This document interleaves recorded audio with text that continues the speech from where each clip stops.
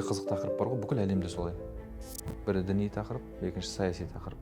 Әсіресе қазір геосаясат деген нәрселерден кішкене әлемде не болып жатыр, сол жағынан сауатын арттыру керек сияқты халықтың.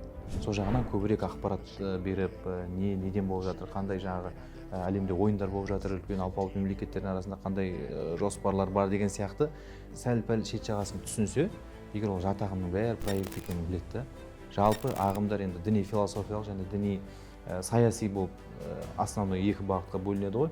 Діни философия енді көбінесе жаңағыдай тек кейбір сөздердің мағынасына немесе жаңағы ақидалық терминдерге таласып солай жүреді ғой. Ал діни саяси ағымдардың ең алғашқылары біз харижиттер деп білеміз ғой, тарих өз-өзін қайталайды дейді ғой. Әлі сол келе жатыр. Бізде де мысалы Хизбут Тахрир қаяқтан шықты. Оның арты әшкереленіп, біреу мынаның проектісі болса, екінші ананың проектісі болады, үшінші тіпті ол әрқайсысы бір жақтың проектісі болуы мүмкін да. Мысалы, мынау уже болды, бұны ойнатып бітті, ол әшкереленіп, бәрі маска шешіліп қалды. Мысалға, Құранда кім бір адамды өлтірсе, ол бүкіл адам баласын, адамзатты өлтіргенмен бірдей. Ал кім бір адамның өмірін алып қалса, ол бүкіл адамзаттың өмірін алып қалғанмен бірдей сауабы дейді. Енді Сирияға кету, басқа болу деген ол өзінің түп тамырын, тарихын ұмытқаннан болып жатыр да. Сөйтті де ол кез келген жат ағымның нысанасына айналып кетті оп-оңай. Неге? Өйткені оны ұстап тұрған еш нәрсе жоқ та.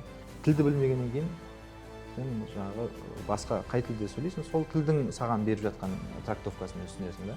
Саған қандай тарих болғанын қалайды, олар сондай тарихты береді мысалы.